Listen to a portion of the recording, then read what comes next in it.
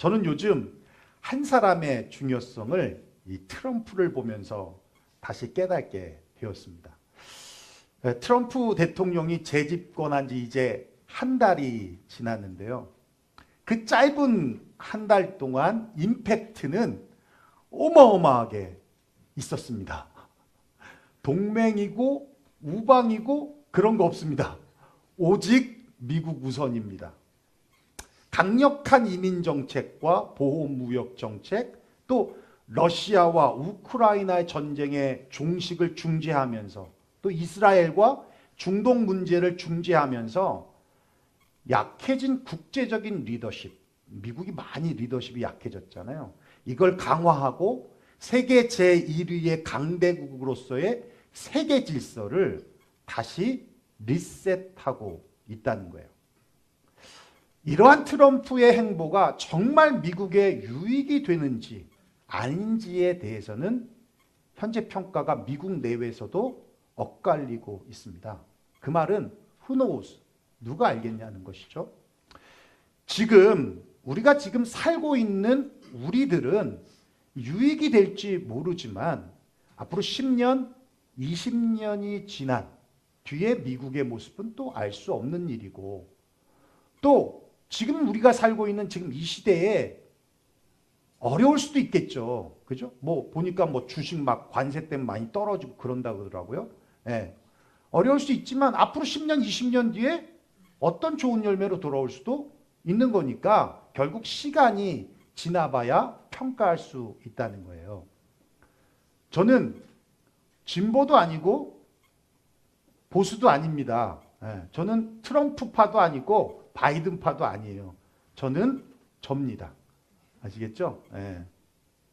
그런데 제가 조금 전에 말씀을 드렸던 이 한 사람의 중요성을 깨닫게 한 부분은요, 다른 것에 있어요.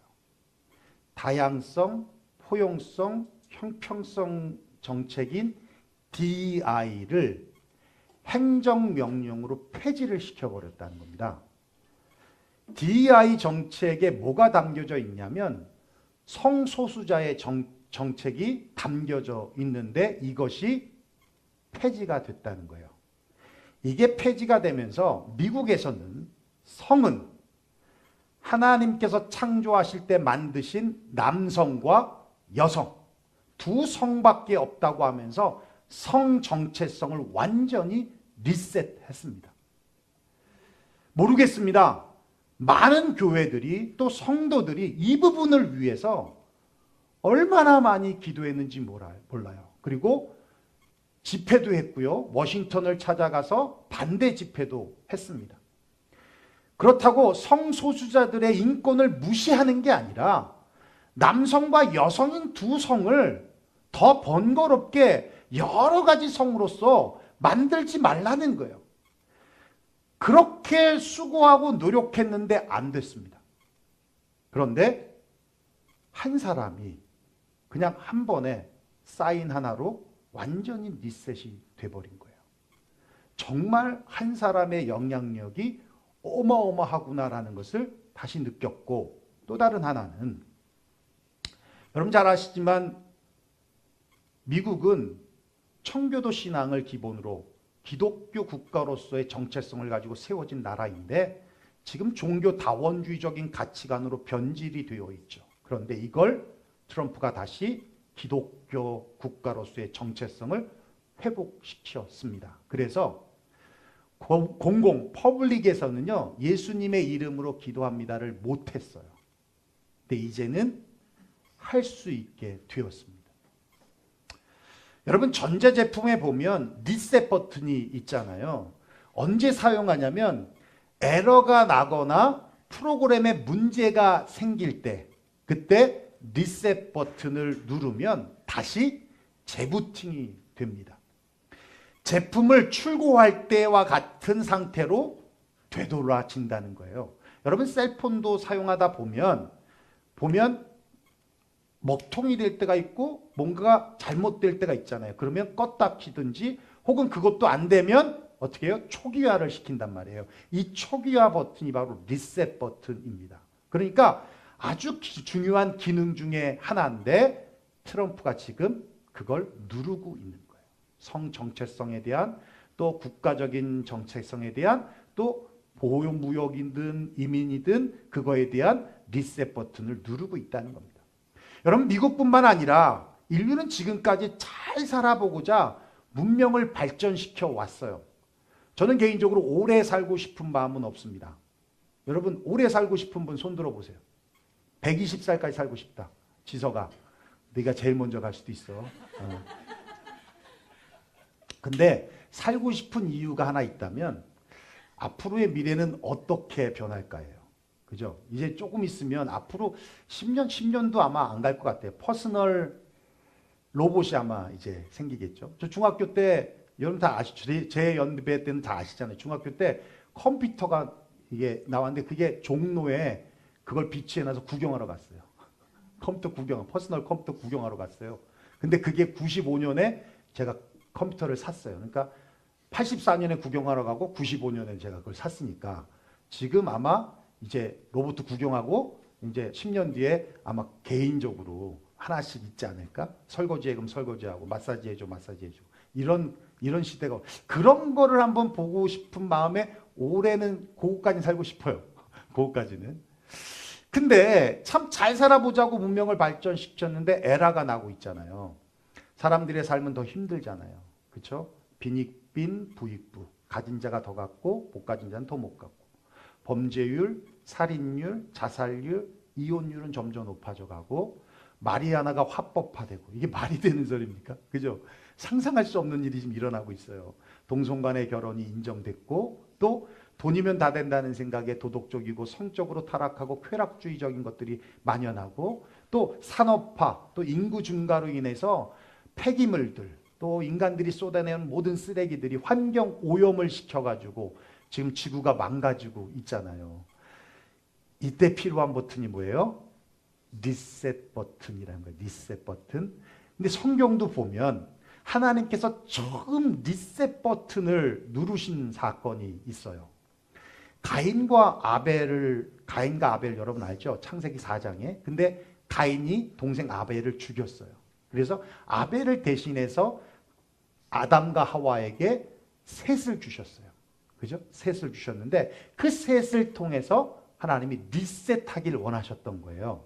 그래서 셋이 아들을 낳았는데 그 아들이 에노스라고 하는 아들이에요. 근데 에노스라는 뜻이 뭐냐면 연약하여 깨지기 쉽다는 거예요. 위험하다는 얘기입니다. 고칠 수 없다, 부패하다. 여러분 어떤 부모가 자식한테 네 이름은 이제 부패야. 부패. 네 이름은 고칠 수가 없어. 수완이의 뜻이 부패예요? 아니죠.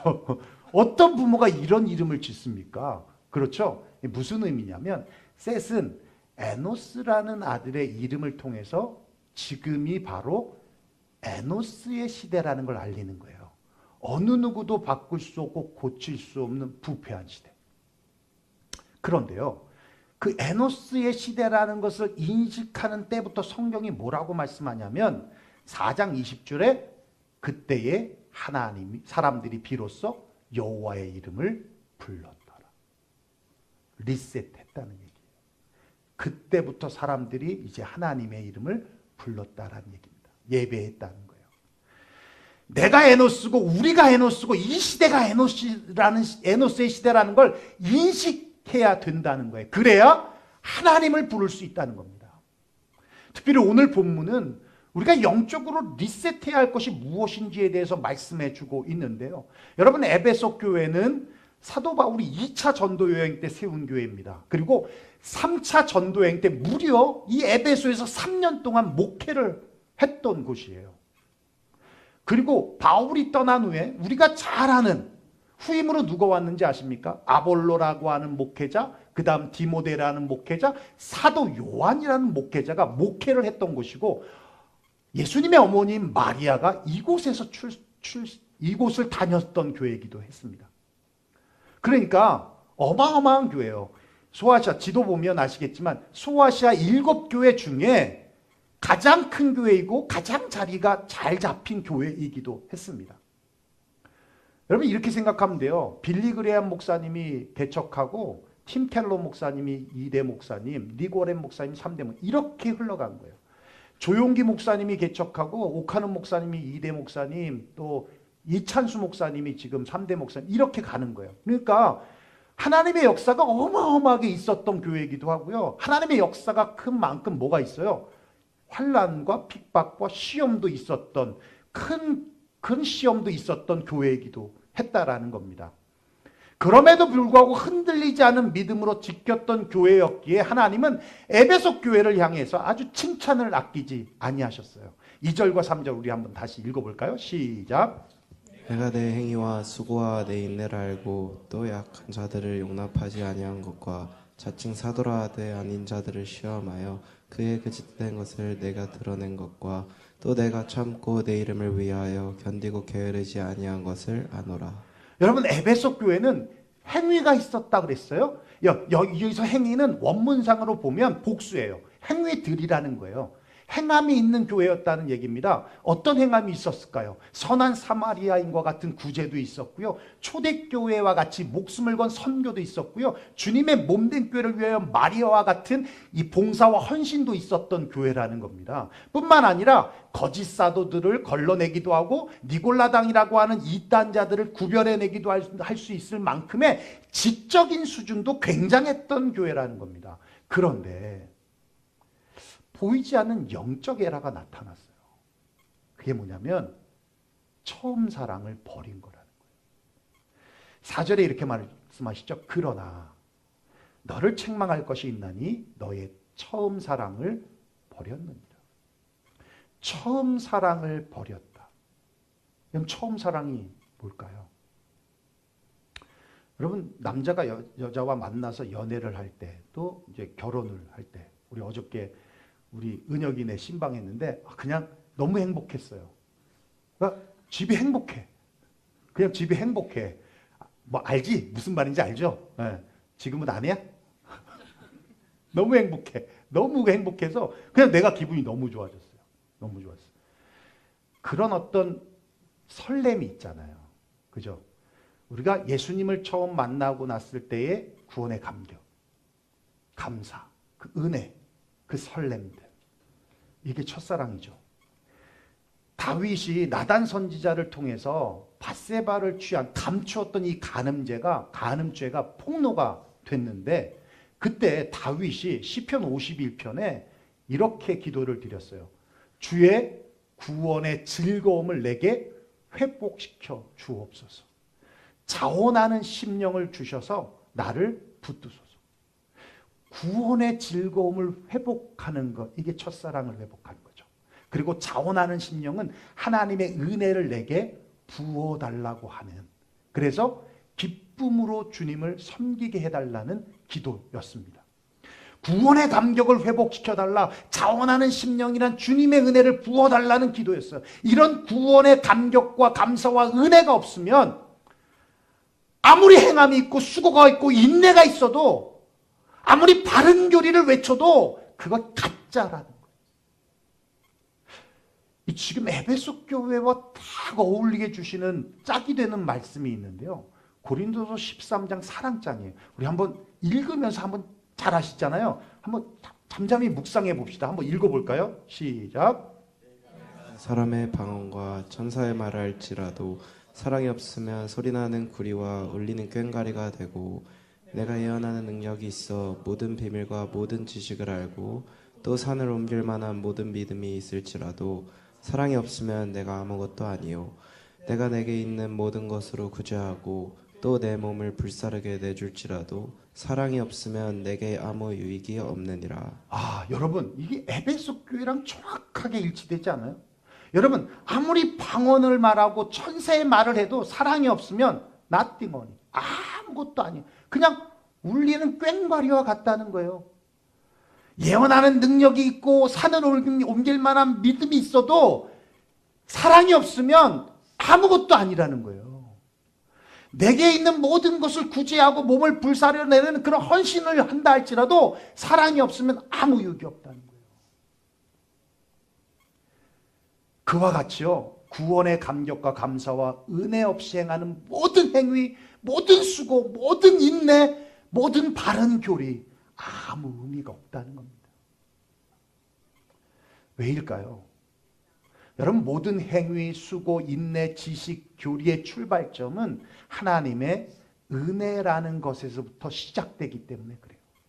내가 죄인 중에 괴수이고 내가 벌레 같은 존재이고 그런 나를 하나님께서 놀라운 은혜로 구원해 주셨다는 것이 그저 감격이 되고 감사가 되고 그 은혜를 평생 살면서 다 갚을 길 없어서 조금이나마 기쁨이 될 것이 무엇인가 해서 행하는 수고와 행위와 바른 교리가 될 때 그게 진짜라는 거예요.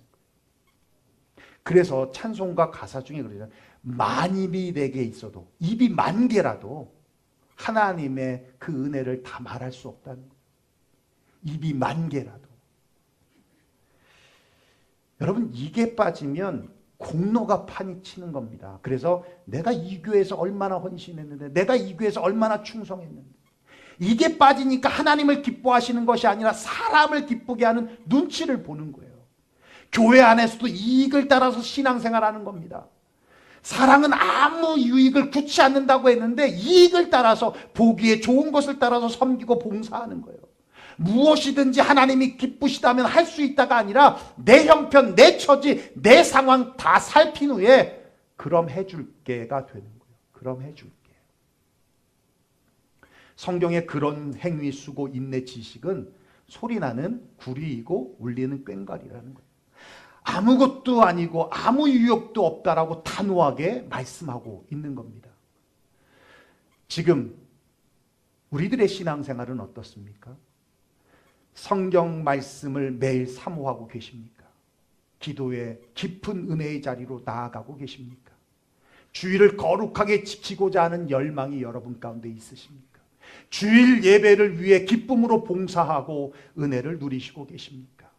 영토 모임에 적극적으로 참여하고 계십니까? 연약한 이웃들에게 긍휼함이 있으십니까? 죽어가는 한 영혼을 위하여 살리고자 하는 이 갈망한 간절한 열망이 우리에게 있냐는 것입니다. 만약 우리 안에 이러한 것들이 없다면 나도 모르는 사이에 나쁜 바이러스가 우리 안에 침투되어서 에러가 나는 거예요. 그 바이러스의 이름은 바로 습관과 타성과 매너리즘일 것입니다.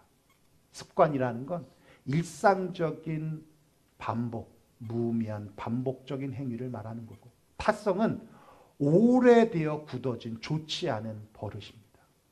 그리고 매너리즘은 항상 틀에 박힌 일정한 생각과 방식과 태도를 말하는 거예요. 거기에 빠져들면 감동도 없고 감격도 없고 메마른 사막과 같은 신앙생활을 하게 되고, 어느 순간 자각하는 때가 일어날 때 삶의 무의미함을 느끼게 됩니다. 내가 지금 뭐 하고 있지? 돌아보면 해놓은 곳이 없는 그런 허물을 느끼게 되는 거예요. 만약 그렇다고 여러분 동의하신다면 지금이 바로 영적으로 리셋을 해야 할 때이고, 지금이 바로 에노스 시대라는 것을 우리는 깨달아야 된다는 겁니다. 그러면 우리가 어떻게 영적으로 리셋할 수 있을까? 우리 5절 말씀인데 한번 볼까요? 시작. 그러므로 어디서 떨어졌는지를 생각하고 회개하여 처음 행위를 가지라. 생각하라는 거예요. 먼저 생각하라는 거예요. 이 습관과 타성과 매너리즘이 어디서 들어왔는가? 생각하라는 거예요. 여러분, 블랙박스 잘 아시죠? 미국은요, 법적 효력이 없습니다. 증거물이 되지 않아요. 그래서 뭐 한국 분들은 조금 달고 다니시는 분도 계시지만 대부분의 미국 분들은 이거 블랙박스 안 달죠. 근데 한국은요, 거의 다 앞뒤로 다 달아놓습니다. 왜냐하면 증거물이 돼요.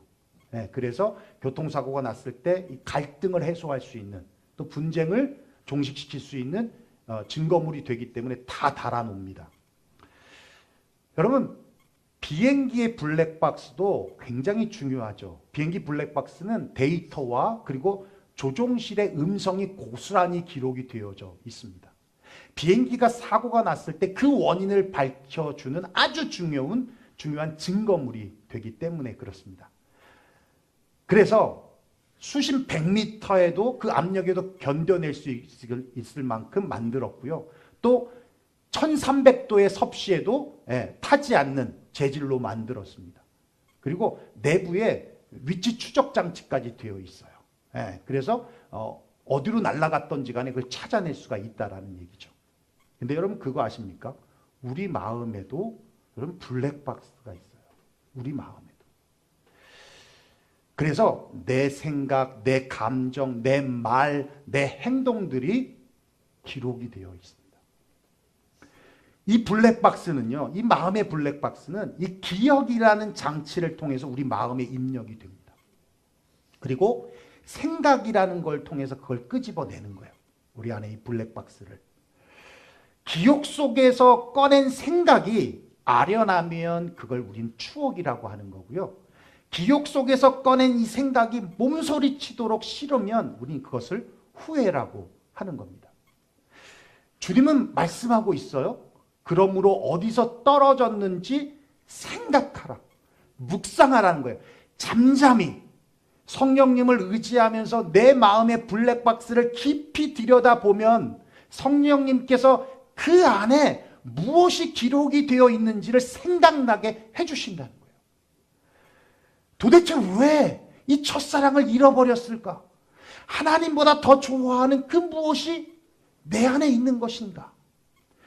그것이 도대체 돈이 될 수도 있고 게임이 될 수도 있고 여자가 될 수도 있고 남자가 될 수도 있고 남편이 될 수도 있고 아내가 될 수도 있고 자녀가 될 수도 있고 TV 프로그램이 될 수도 있고 아니면 내 뜻대로 되지 않은 거에 대한 하나님에 대한 서운한 감정이 될 수도 있고 미래에 대한 불안과 두려움과 그리고 근심과 걱정에 대한 불신앙 때문일 수도 있고 이 세상에 대한 성공에 대한 욕망과 야망과 욕심 때문에 하나님에 대한 첫사랑을 잃어가고 있지는 않은지 아니면 신앙생활을 하면서 인간관계에서 오는 실패 때문에 그 상처 때문에 그 쓴뿌리 때문에 하나님의 사랑을 내가 잃어가고 있지는 않은지 우리가 잠잠히 묵상하고 잠잠히 하나님을 생각하고 기도하면 우리 마음의 블랙박스를 하나님이 보여주셔서 이 안에 뭐가 담겨 있는지 보시게 한다는 거예요.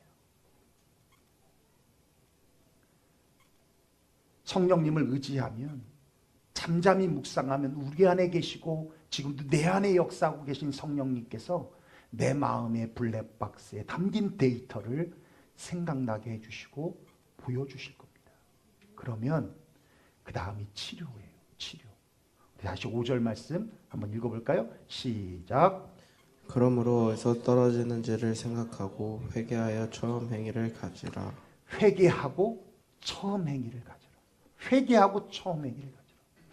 여러분 회개하는 것입니다. 회개는 무거운 게 아니라 회개는 짐이 아니라 죄를 고백하는 건 분명하지만 동시에 하나님의 용서를 받는 거예요. 여러분 누구에게 용서를 받는다는 건 내 안에 있는 짐을 내려놓는 거예요. 네, 내려놓는 거예요. 아무리 크고 중한 죄를 지었다 하더라도 하나님의 은혜가 덮지 못할 죄는 없습니다. 어떤 죄를 짓는다 하더라도 하나님의 용서하지 못할 죄는 세상에 단 하나도 없어요.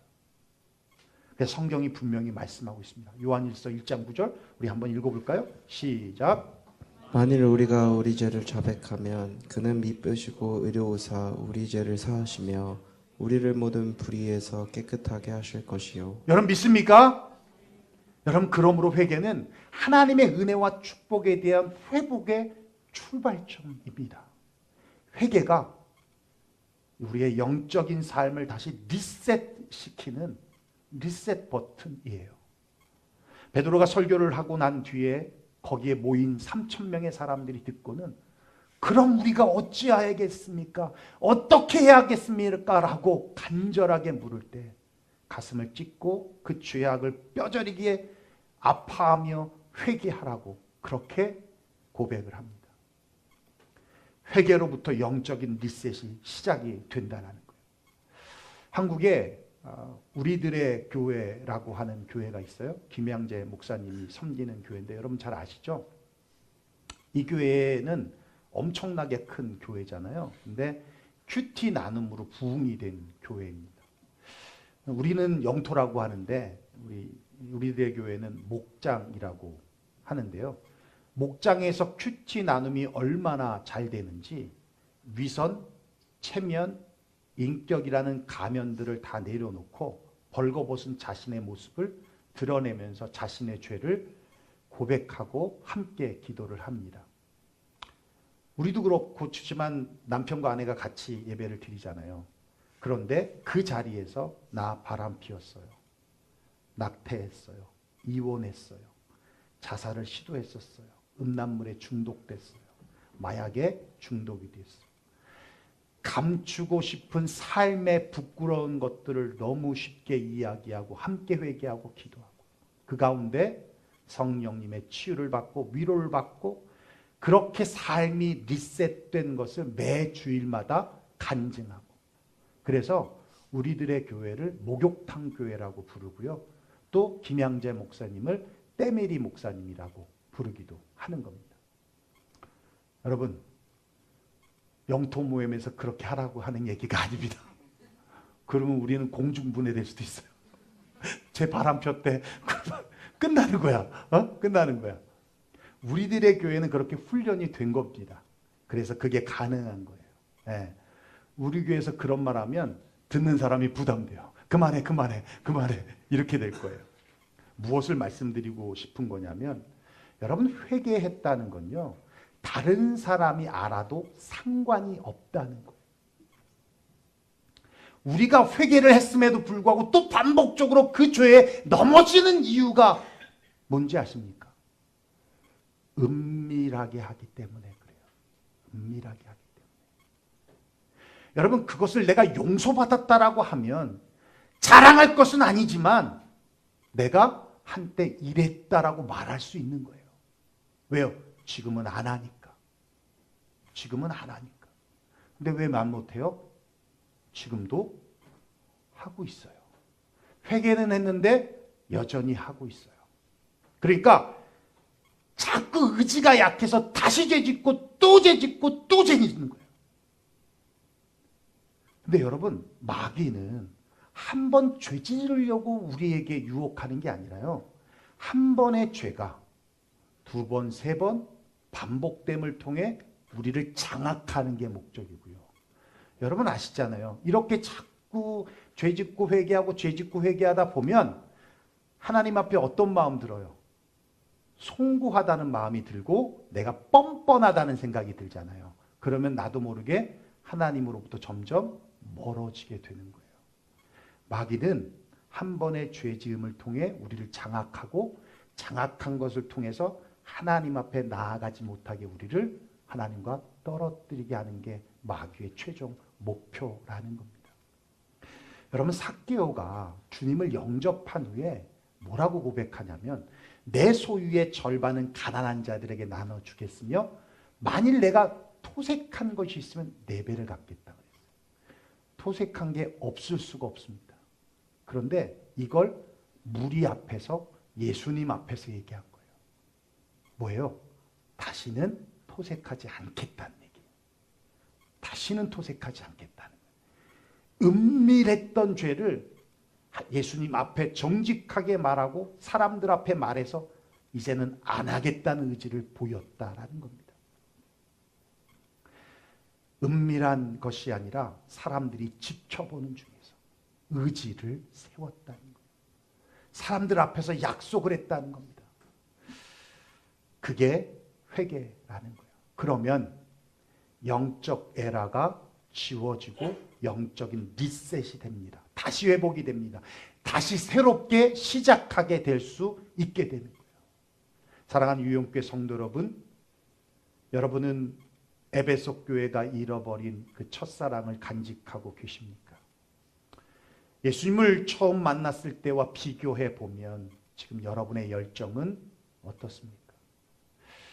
마지막으로 하나님 앞에 진실한 눈물을 흘리며 기도를 드렸던 적은 언제이십니까?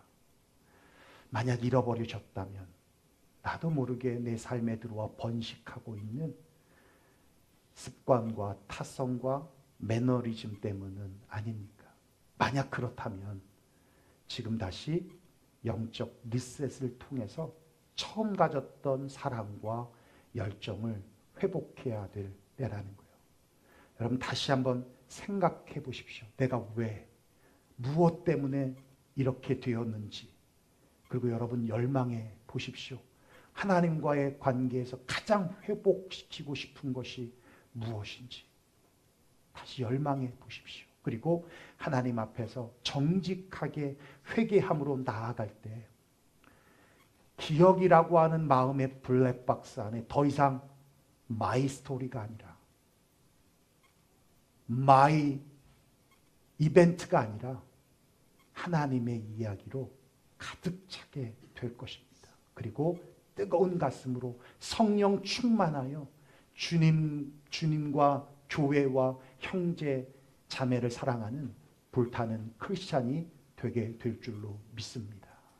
이번 한 주간 영적 리셋을 통해서 주님께 원 스텝 포드 해 나아가시기를 주의 이름으로 축원합니다.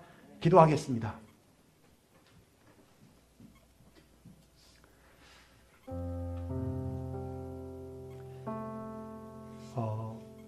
12월 31일 송구영신 예배에 대한 기억이 저는 아직도 생생한데요. 근데 벌써 2월 마지막 주일을 우리가 보내고 있습니다. 이렇게 분주하게 바쁘게 살다 보면 어느 순간 죽음을 맞이하는 때도 오겠구나라는 생각이 들었어요. 그런데 우리가 순간순간 우리 자신들을 돌아보는 일이 없으면 그냥 급하게 살다가 끝이 날 수도 있겠구나라는 생각이 불현듯 들었습니다. 여러분은 어떻습니까? 지난 2개월을 돌아보면서 어떻게 사셨습니까? 우리 한 해 올해는 하나님 앞에 한 걸음 더 가까이 나아가자.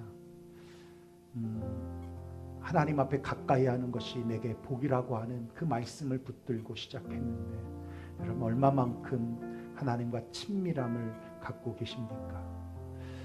우리 다시 한번 영적 리셋이 필요하다고 느끼신다면 여러분 단호한 결단들을 하시면서 다시 한번 주님 앞에 나아갈 수 있었으면 좋겠습니다.